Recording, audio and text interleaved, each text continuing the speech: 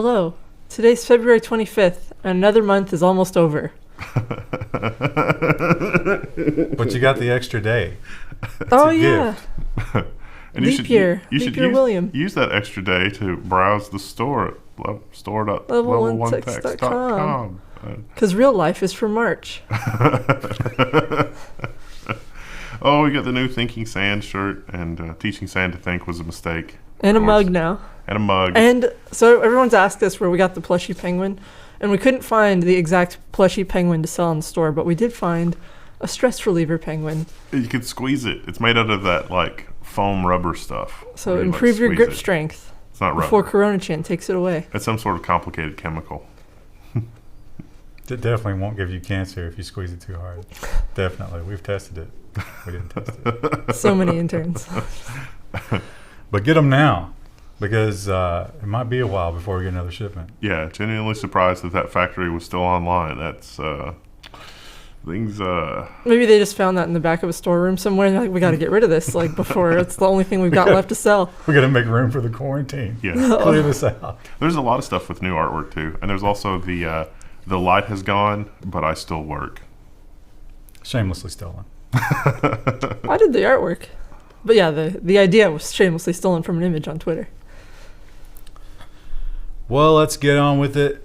And as is the tradition, we start with the FCC. And boy, is this an amazing FCC headline. Because if you'll think back all the way before the Trump presidency, wasn't it? Or was it after?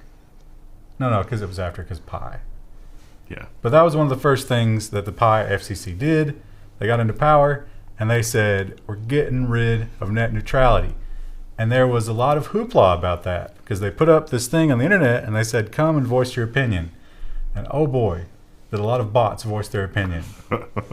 Well, now, X number of years later, it's all shaken out, and the court has made a decision that is not popular in the Pi household. No. The FCC is forced by court to ask the public again if they think tearing up net neutrality was really a good idea or not. But the U.S. regulator tries to hide its embarrassment behind a series of sudden announcements.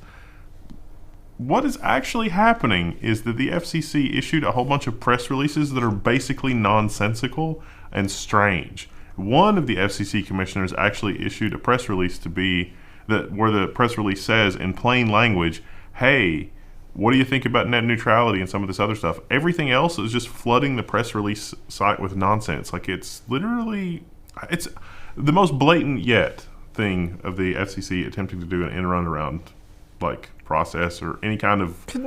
Wouldn't the court, if they really cared, wouldn't they just be like, we're going to do a third-party assessment where, like, the FCC is not responsible for getting the responses to the survey? Like, I mean, there's just no integrity. There's just no integrity. So this is the title of the post on the FCC website. So do you think that sounds like it means, hey, tell us what you think about net neutrality? Because I don't. WCB seeks comment on discrete issues arising from Mozilla decision. Yeah, no mention of net neutrality. Now, the register here, and I'd say most people in the universe, don't spend their days just combing through the FCC press releases, because most of them are nonsense. But the hero here is Jessica Rosenworcel, whose name I love. that is a good name. And soon to be fired, Jessica Rosenworcel. She's the dissenting voice. She's one of the Democrats on the FCC board, and she did her own press release, which you're allowed to do if you're one of the people in power at the FCC. And she said, no, this is net neutrality. Come and tell us what you think about it. We have to redo this. So, not that we have to take action on anything that you say, right? Because clearly they're not going to. Because oh my gosh! But you should go and do it. Yeah. Because all of these online newspapers will be combing through them, and if yours is really hilarious, you might get showcased. And that's what matters. Make sure that you put your social media handle in the comment as well. And especially if turning a VPN on makes your Netflix or your YouTube stop stuttering, you should comment on that. Because guess what? Net neutrality. People are killing you in the comments because Netflix doesn't allow VPNs. You can still use a VPN. You Actually, just gotta roll your own with Linode, but that ad's coming next month. Well, Maine. This episode's brought to us by us. Maine is one of those states that is kind of like fighting back on their own, because at the federal level you don't get any protection from the FCC, and they're going after. They have their own net neutrality, I think, right? Weren't they one of the states that did something like that? And they also went after the ISPs for privacy, specifically the whole we sell your browsing data thing. And the ISPs, as you might expect, have a hilarious yet terrifying response to that. ISPs sue Maine, claim web privacy law violates their free speech rights. What free speech might you have? Like, what free speech rights arise from an internet service provider providing internet service to a customer? Businesses are people, Wendell. I mean, I wouldn't think that the water company providing water to water company customers would create First Amendment rights, free speech issues in the same way that providing internet service to internet service provider customers would create a free speech issue. But apparently I'm wrong. Now they're hiding behind this whole level playing field thing. So their argument bases, or it's not quite as blatant as it seems. They say that, hey, Google and Facebook can do this, and you're saying that we're not allowed to. So why don't you? They're tattling. They're tattling on the other people. It's like, it's not fair that they get to do this and we don't. Now, of course, you can't get to Google or Facebook unless you have an ISP. So they're clearly a different cog in the machine, but that's the argument.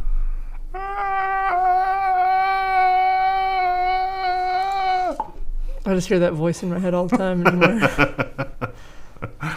A little bit of a scare in the White House, because the White House has their own communication system, and that's technically under the rule of the military. So when the Golden God or the Orange God picks up the phone and makes a phone call, that's going out over a protected line overseen by the military. But how secure is it? Data breach hits agency overseeing White House communications.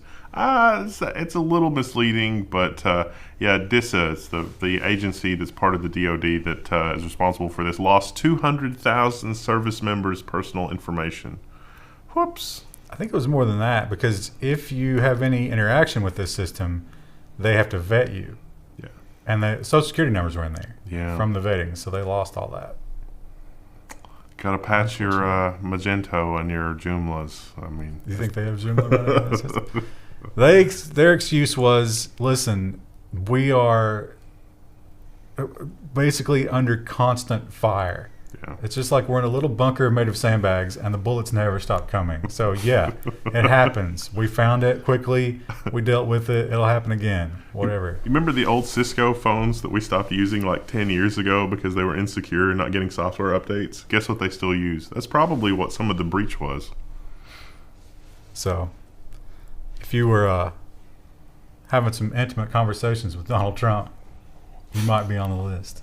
Watch out. Hey man, what self-tanner do you use? That's a great question. He doesn't need the money, but what if he endorsed that? How much would they offer him? He could do it as like a skin cancer prevention thing. Like really spin it. I guess. And that wasn't the only thing in technology the Trump administration raised eyebrows with this week. They also took some sides in a court case. When it comes to big tech, Donald Trump has no problem choosing a favorite. Trump administration backs Oracle in Supreme Court battle against Google. This is the API battle. Now, again, on a scale of 0 to 10, where 0 is a newborn child still umbilical corded, and 10 is, like the most technical person in the universe, where is Donald Trump's understanding of an API? Negative 0.5. So he's a fetus. You think he's dead, basically? Brain dead? He understands more than the infant, but what he understands is wrong. Someone has probably broken it down for him in like some really quick sound bites, which he got the first 10 to 15 words of before tuning out.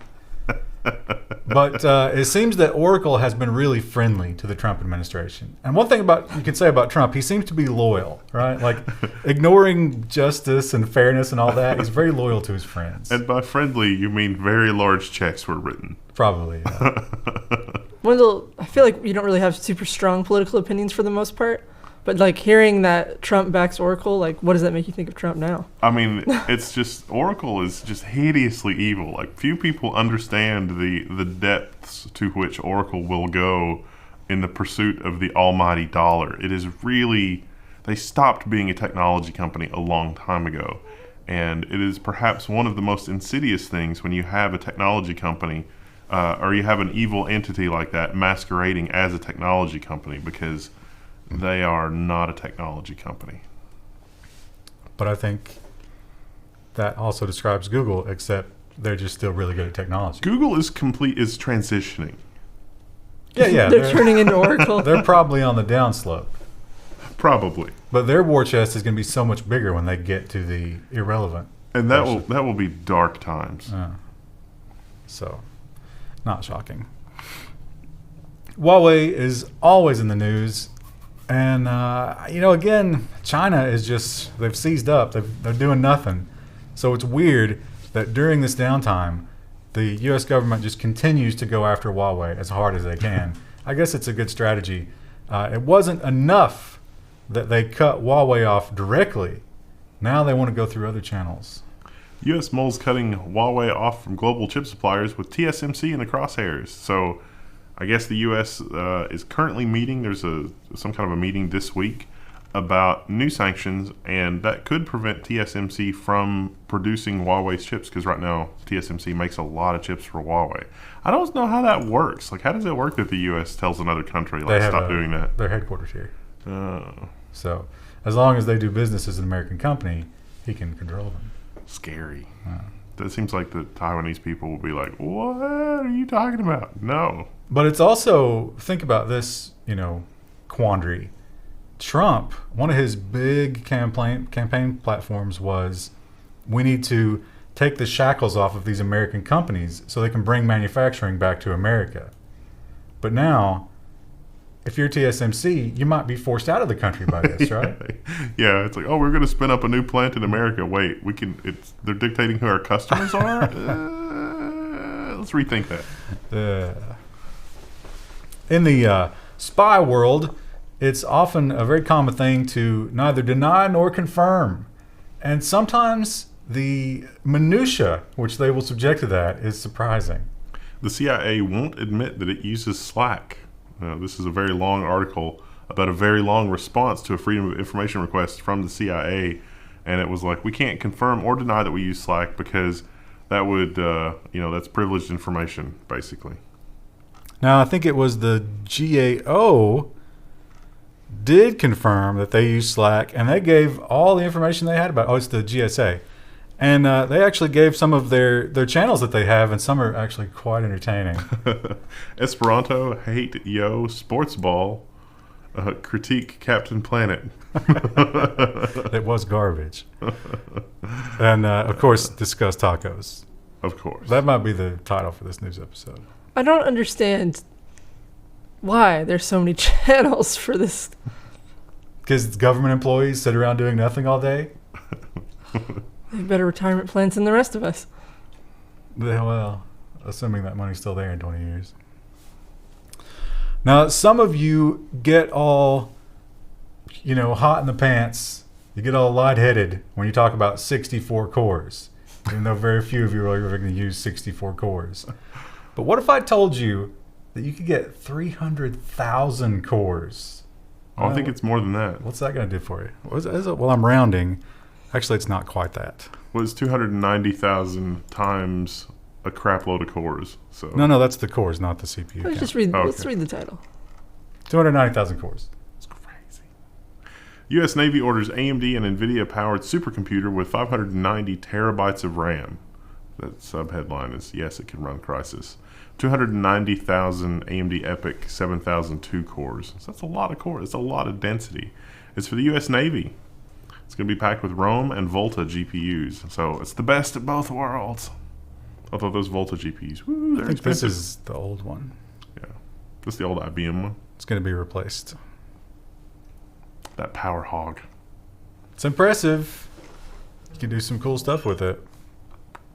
That's going to be rolled out over the next couple of years, and it's going to be used for weather prediction and stuff like that the Navy might need to do. And I'm sure some top secret terrifying stuff. Chris Bailey needs access to that technology. I thought it was going to be nice weather this week. It was not. It was sort of nice, but it was cold. It's supposed to be cold this week. We'll see if that's true. cable companies, they really screw us, and we've certainly showcased story after story when it comes to that on this news program. It's one of our favorite topics, and very, very infrequently do you get a win for our side. And that's why you really have to savor them when they happen. LA County DA's office reaches an $18.8 million settlement on behalf of 170,000 customers in that area over internet speeds. Oh, I forgot. Was it was Time Warner? Yeah. Time Warner. So, yeah, Time Warner sold speeds that there's no possible way you could achieve, and they would give you a modem that was not capable of reaching those speeds. And it's like, well, that's your problem. That sounds like a you problem. That's not an ISP problem. So that's one of the slightly more egregious instances of an ISP behaving badly. And it took, squeezing this much blood from a stump that we could, have any kind of a settlement. I mean, $18 million for 170,000 people is not really that much. It's like a $90 credit. Probably got way more than that. But even then, that isn't nearly as bad as the stuff Comcast is doing. Yeah. I mean, I'd rather have slightly slower service than advertised than data caps and hidden fees. How much do you think it costs to install a Jeep Pi where he is? It's got to be more than 18 million, right? Oh, they have made so much return. Yeah. On a Jeep Pi. It's ridiculous. That's probably like a 10,000% return on investment for a Jeep Pi. Even at $18 million, assuming that's what it costs to install him. Even when he gets out of office and takes his job at Verizon and does nothing for the rest of his life and they pay him off until they kill him, they're still going to be way ahead at the end. So when you buy politicians, you really get... Actually, somebody did a study on that. You remember that? We did a story on that. You get a huge return on investment because politicians are cheap, it turns out. Yeah.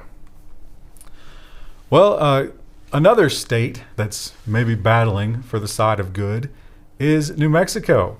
So we talked about college campuses collecting data on the students, and people were like, oh, that sounds creepy, but it's even creepier when the students are underage.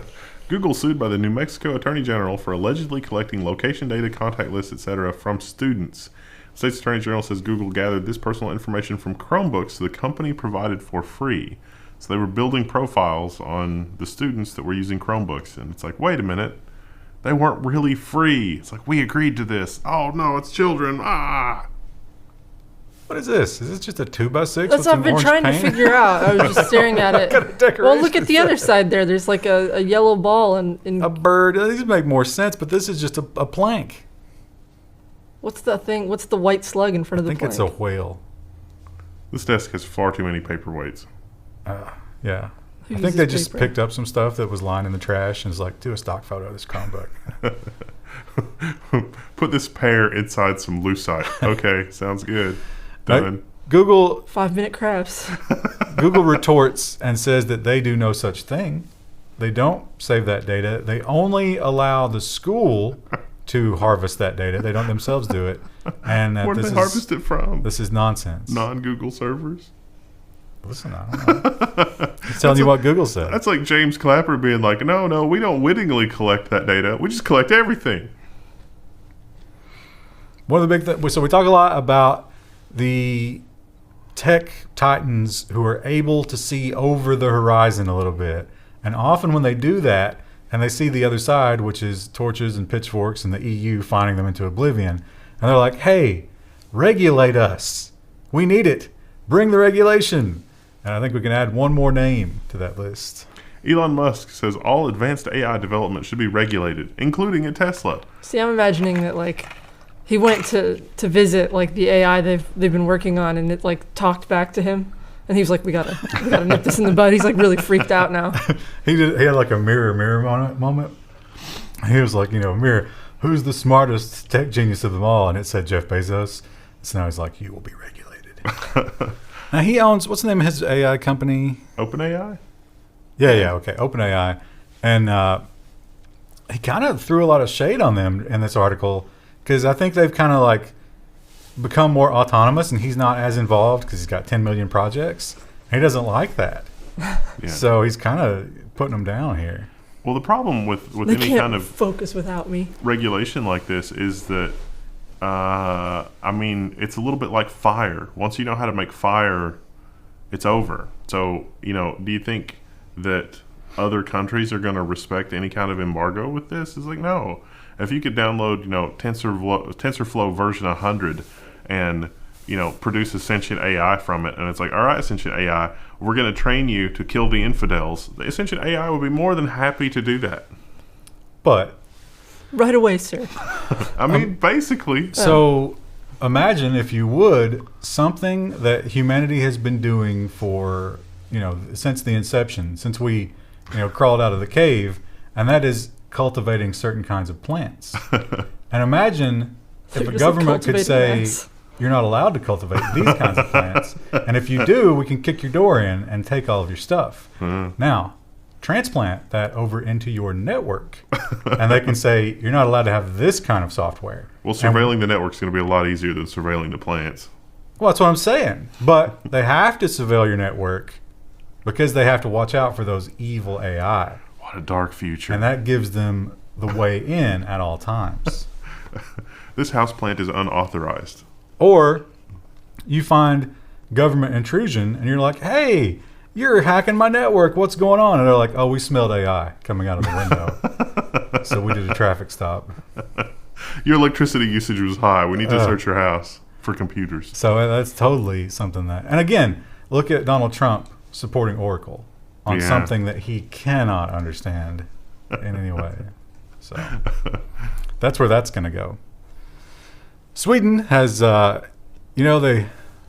feel good about themselves. They feel like they're woke, and they're marching into the future, leading the world. And one of the ways that they're leading the world is destroying cash, and with it, privacy. Sweden starts testing the world's first central bank digital currency. So it's not for individual circulation yet. This is just to transfer money back and forth between the central banks because, let's face it, the central banks create money out of thin air right now. Anyway, this is really just a little bit more accountability and logging. That's all. Something IKEA. There's a joke in here. I love that so central bank digital currency, the acronym is CBDC, which is, CBD oil. How many people are going to be Googling one and get the other? CBD currency, the new coin, initial coin offering at. So, yeah. Hashtag blaze it. But there won't be any speculation in that coin because it's the same. It's locked to the price of the currency. But it would cut out, I assume, the fees of the credit card companies, who cannot be very happy about that. We'll see. The UK has finally Brexited. How many years did that take? A lot. I feel like at least 2 or 3. Was it not more than that? No, it's been going on a while. It's been a crazy amount of time, but it's finally over, and now we get to see the world did not, in fact, burn down the next day. So we've got that going for us. More of a slow smolder. But little things are popping up. Exclusive. Google users in the UK are going to lose their EU data protection, according to sources. So Google is planning to move its British users' accounts out of control of the European Union privacy regulators, placing them under US jurisdiction instead. Basically, you use Google services in the freshly Brexit, and your data is in the U.S. Freshly Brexited Brexit. But it does, I need more coffee. It's been a long morning. It says a lot about our treatment of data, that it's like, we'll just pretend they're American because it's easy to get away with over there. Yeah. So it's unfortunate. It's no wonder all these people were campaigning for Brexit. The Navy is not the only one getting a hot new supercomputer. And this one, Krista, is purely for weather. How excited are you? Oh, so excited. I can't read the title from here because it's all covered up. UK to spend $1.6 billion on world's best climate supercomputer. What's its name? I don't know that they've named it yet. Fluffy. There's one named Nom, the Nom. But that's just... And then there's the European model. Isn't that just North America? Yeah, but they call it the Nom. Like, the North American model. Yeah, but they just say the Nom. Like, no one ever spells it out. Or, like, even puts the period. It's just the Nom. They just need... I would need to take all the Threadripper machines in the office and make the Whopper, WOPR, which is, from more games than... Never mind. So this thing is going to be way Just eat a burger, better too. at predicting weather. And they're just going to roll it out over time. I think by 2022, it will be fully operational. X'd out. And they claim that, again, the climate change is the specter that you use for everything, right? But they claim that as climate change gets worse and we get more like terrible weather events, predicting them ahead of time will save billions of dollars. Not lives, just dollars. Well, All those vacation homes they'll save. you got to pay for this Priceless. computer. China has taken some radical steps to deal with the coronavirus, or as it's now known, COVID-19, because COVID-19 Chan just doesn't have the same ring to it. it really helps to raise awareness for a disease by renaming it in the middle of the pandemic. That's a smart move. Did you see the video of someone getting loaded into like a fridge on the back of a truck? That was weeks ago. Was that weeks ago? I just Yeah. saw it today. Yeah, and she's screaming as Yes. they stuff her in there. Yeah, It's there's a lot horrible. of terrifying videos coming out of China. I did not see that. So this one, now I wonder if, the Communist Party, you're not allowed to really speak up, but was there anybody in this meeting that was sitting there thinking, this is kind of like the armbands? China enlists tech titans to help track coronavirus with color-based QR codes report. It is literally green, yellow, and red. Like green is you're cleared, yellow is extra testing, you may have been exposed, and red is stay home, you should not be on the street. What is the matter with you? You're endangering us all. All hail Emperor Chang. So I think you have to have this app on your phone to even go anywhere, and they're checking it. And your app asks you questions every day.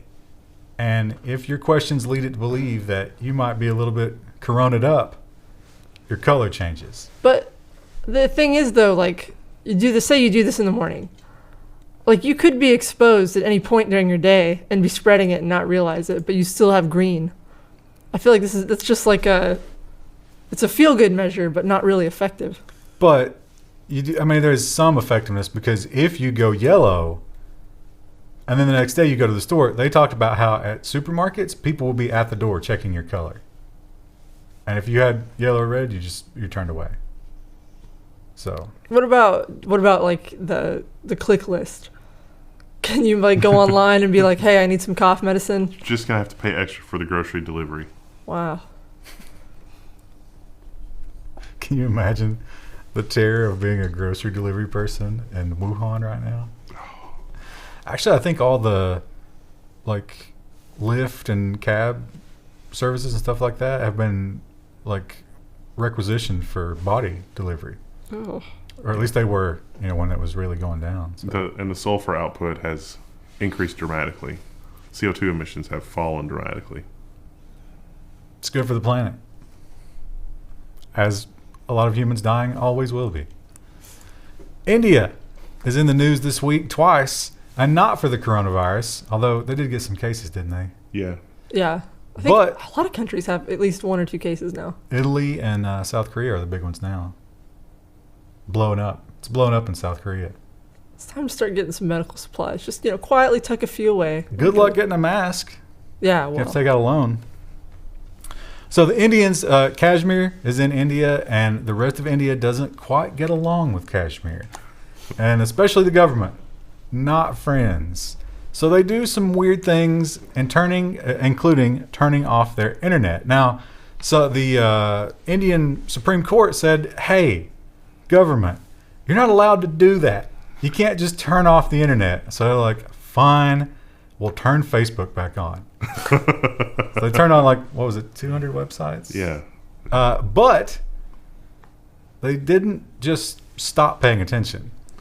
Indian police open a case against hundreds in Kashmir for using a VPN. So, yeah, it's like, oh, we've got a little bit of internet access. Great, let's use a tunnel and set up a tunnel so that we can get all of the internet access, because that's how the internet was designed to work. And then the Kashmir police were like, what? What are you doing?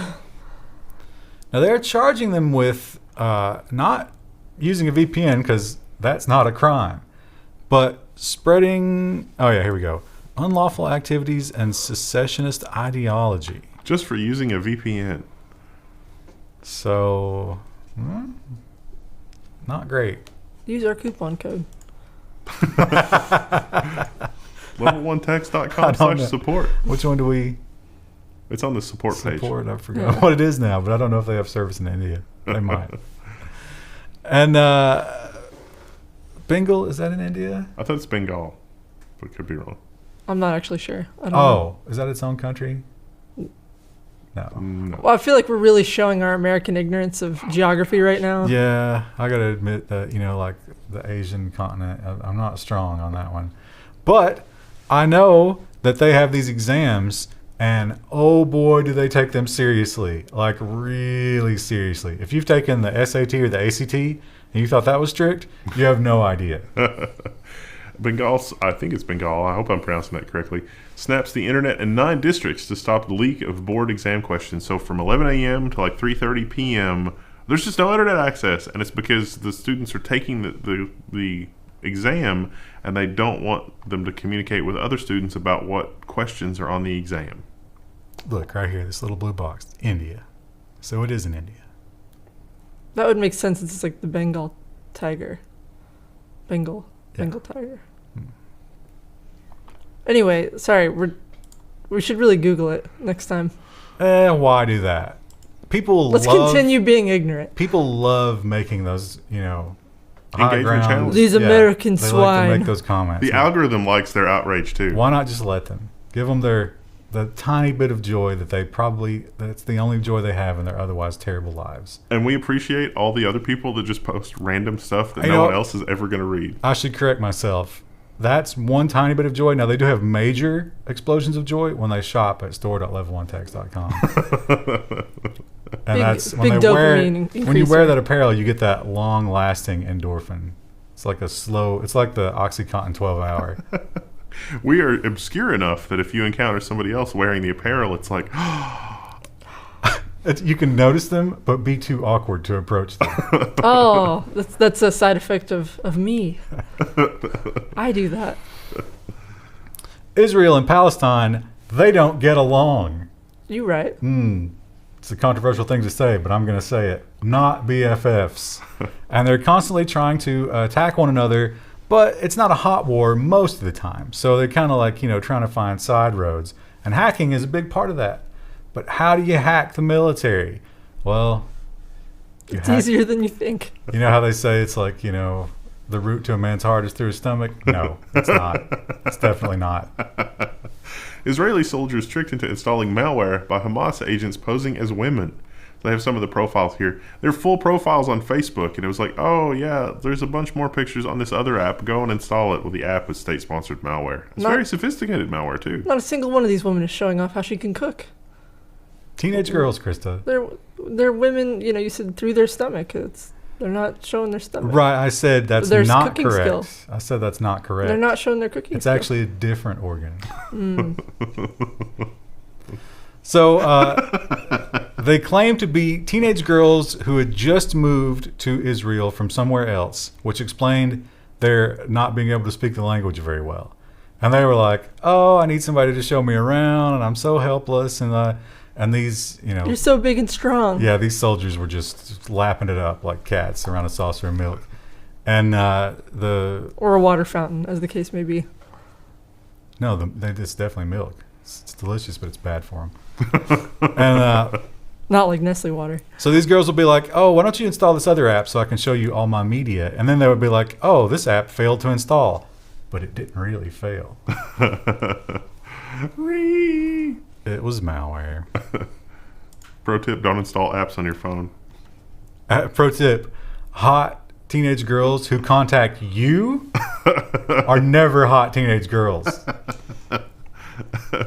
What if they are? They're just not in my area. No, still not. Still not. So moving on to social media, we have talked a lot about, selling our data. What's the answer? How do we deal with it? And a lot of people have weighed in. Which political candidate said that we should get paid for it? Was that Pete? I think so.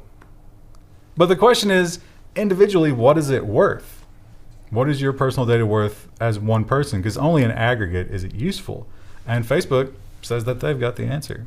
Facebook will now pay you for your voice recordings. The answer is not much. It's like $5. And this particular recording is they're looking for, I guess, inflections and regional dialects to better understand how things are pronounced in strange backwater places. You have to say, Like hey, here. Portal. Hey, Portal, and then a name of one of your Facebook friends. I mean, you have to do this 5 times per person. Just $5? Not even $5. You have to do that whole thing 5 times by invitation to get the $5. And then you don't even know when you're going to get invited the next time. So doing it the first time, you get nothing. Actually, doing it the first 4 times, you get nothing. So My Appalachian accent's worth more than that. that's what I'm saying. So this is really not a replacement for... I think this is just to make people feel better. Though, to be fair, it would be nice to be able to call like any sort of automated voice system and have them understand what numbers I'm saying.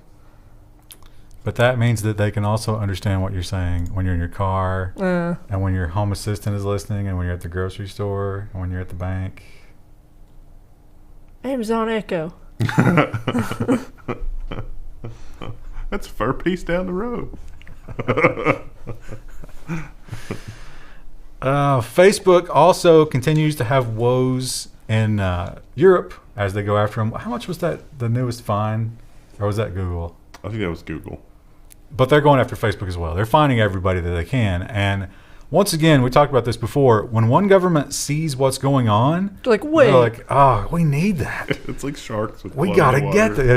It's a perfect analogy. Yeah. It's sharks with blood in the water. And the U.S. government, and specifically the IRS, is definitely, they're getting that sweat. Like, oh, I need that. Like, I want that. The IRS has sued Facebook for $9 billion and says the company offshored its profits to Ireland. The trial, which Facebook expects to take 3 to 4 weeks, could see top executives, including hardware chief Andrew Bosworth and chief technology officer Mike Schroepfer, called to testify. So, yeah, I'm surprised that the IRS is doing this because similar cases against Microsoft and Amazon have not been successful. So what they claim is when Facebook... So the trick is you sell all of your intellectual property to a holding company in Ireland. And they claim that Facebook did that before the ad revenue thing blew up. This was before Facebook was making money selling ads. Now Facebook is the number 2 ad company. And they are insanely profitable. So the IRS says, you knew what you were doing. You got it over there. After you'd set everything up, you moved it, and then it exploded, and you knew that was going to happen. Facebook said, we didn't know. We were just guessing. I mean, I guess you can't really know, but at the same time... They knew what they had, Yeah. which was a mountain of data Yeah. for ad targeting. So... Twitter has this new plan, and oh man, is this... people hate when we say this, but dystopian. There is no other. Orwellian. How about that? Because this brings back that whole like Stasi rat on your friends and incorporates social media likes and points into that system. Yeah. This is a dark recipe. Twitter is testing a new way to fight misinformation, including a community-based points system. A leaked demo features bright red and orange badges for trolls. Wow. So here you go. This is a Bernie Sanders post about gun control, false, and I can't read that one. Who is that one? I don't I think know. this was a Trump related, or no, this is a coronavirus post that they say yeah. is fake, and I think this is a Trump one. So you get these. Now these are the people who disputed it, and they were like, "Hey, no, here's a link to the actual facts." So you get the orange flag in that situation. But here's the thing: if you flag a bunch and you're not agreed with by the crowd, you lose points and you lose your orange flagging clout. So basically, you get punished for not agreeing to the narrative. I was gonna say this would be really easy to abuse if you're like super popular already, Yes. and you just find some little guy and it's like followers berate them, Yeah, you remove their orange. have to be able to move a bigger crowd than the other side. So it's a very malicious version of I reject your reality and substitute my own. Exactly, yeah. And anybody, so if you have facts, but the crowd is still against you, you can't create the orange. What if people don't have a basic understanding of science or biology or physics, and it's just an uphill battle trying to argue the basics? It's like a kilogram is by definition a kilogram. It can't be anything other than a kilogram. I just don't understand, like, who thinks this is a good idea? Because I'm like, we're just sitting here spitballing, and we've already come up with like 20 different ways that this can fail. Is it better than nothing? You're not looking at this the way, you're not looking through the correct lenses, Krista, because what did we just talk about with the petulant comments? This is user engagement on a level that we've not dreamed of before. I also think about, you got to think about it in terms of, like a GRU agent or something like that. It's like, what sort of chaos can I sow with this new functionality? And that seems like you could have a field day. I mean, we criticize Facebook a lot, rightfully so. But I mean, at least Facebook's kind of like, listen, we're not touching that with a 10-foot pole. What if that's 4chan's true calling, is to figure out how the system can be abused by trolls in order to harden it to protect our services? That's always what 4chan has done. I think that is their calling. They just can't know that that's the calling. Because if they figure that out, then they're going to turn against that. Yeah. So it only works in this delicate balance. But we've also, I didn't put the headlines in here, but the whole thing about Bernie, they say that the Russian trolls are now helping Bernie. But I thought the Russian trolls helped Republicans. Seems like the Russian trolls just help whoever the establishment doesn't like. It seems like the Russian trolls just help sow discourse. Discourse? That's one thing that we don't have in government. Dissent. Oh, and speaking of dissent and people who sow discord, Discord. Yeah. Mr. Julian Assange. WikiLeaks Twitter account suspiciously locked just days before Assange extradition hearing. They had the hearing, and then the account was unlocked. So you can get to the account again. Everything's fine. Weird. That does seem weird. This is the account that alleged that he was offered a full pardon from the U.S. if he would say that Russia had nothing to do with the thing. Now, I read a contradictory article that said that they approached the government with that offer and were rejected. Huh. His lawyer. That's weird. Who knows? Who knows who's telling the truth there? Probably, maybe not even Assange himself. Well, they have made him crazy, which I feel bad for him about. I mean, he shouldn't be subjected to that. It does seem like if you blow the whistle and get in the on the bad side of the government, you go crazy. Yeah, which is alarming. It gets sort of punitive. Like, oh, forget the rule of law. We're just going to punish you. And speaking of tweets that are inflammatory, I guess you could say that certainly drive engagement because people love to argue about them. It's tweets about climate change. But we find out something interesting about them. A quarter of all tweets about climate crisis are produced by bots. So Krista complaining about the weather, definitely a bot. I never do that on Twitter. I just complain in real life to everybody I know. Well, I mean, that's kind of a local thing to be complaining about on Twitter. Yeah. Maybe on Facebook. Well, are the tweets like pro or for? Is it just bots in general? Either way. That's an excellent question, Krista. That I would assume you already know, having read this article. Oh, absolutely. But overwhelmingly, For now this is from a college professor at Brown. So maybe a little bit of political bias there, but he claims it is overwhelmingly anti.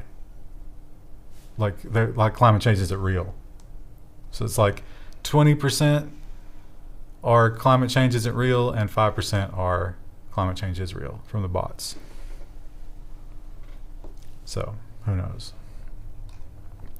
I guess the Russians, in addition to Trump and Bernie Sanders, also support the climate change isn't real dogma. Who knows? And finally, Mark Zuckerberg. We have all seen him behave somewhat robotically when testifying in front of Congress or giving speeches. And another hilarious excerpt from a new book about him shows the depths to which that goes. Zuckerberg's aides blow dry his armpits to help with anxiety sweat before speeches, his book claims. He's looking pretty dry here. I wasn't aware. Maybe this is probably just propaganda. He can't sweat. Well, a lot of deodorants actually inhibit sweat gland function. So it's true. It's the difference between deodorant and antiperspirant. He's I'm sure he's got, some sort of extra features in his cyborg body that can secrete sweat at the appropriate time. So consumed by his public image. Yeah, the book is Can you apparently... imagine caring that much about what people think? he did actually start working out and stuff. I was really, because he used to be a lot scrawnier, and now he's like, wow, you've actually, put work into your upper body strength and stuff. I mean, nice. Well, he's got all day to do that. What's he doing? Taking the emergency chute, it's like a little slide in his conference room. He hits the button. It's Shoo! That's another way he blow dries his armpits. wee. Woo! No, they have denied this, and people did He's like upset. tweeted Jack Dorsey and they're like, Jack, have you ever done this? And he made a joke about it. But, I don't find it hard to believe. No, well, I'm like the weird part of that is not that he's sweating before giving like a public presentation, because that's stressful. The weird part is that he's having his aides blow dry his armpits. That's the strange part. Can you imagine forcing another human being being like, get in there, nice and deep, like, I gotta be dry. I'd probably do it myself. I can't. Yeah, like that's less weird, but having don't- someone else do it is really strange. I don't find that the least bit hard to believe. If you told me a politician was doing this before a political debate, would anybody even bat their eye? Because it's all about public image. Could it also be like cocaine? It's like, I really need the cocaine for going on stage. Okay, sounds good. Yeah, I don't think that would calm you down. Maybe a nice Xanax. I think a lot of them are on those sorts of prescription Little ketamine. medication. All right, what do we got for tomorrow? Well, we'll definitely do business, and I think we're gonna do the shorter, maybe robot, Nice. leaving security, design, and nonsense for Friday. There's so much nonsense this week. So much nonsense. Bye.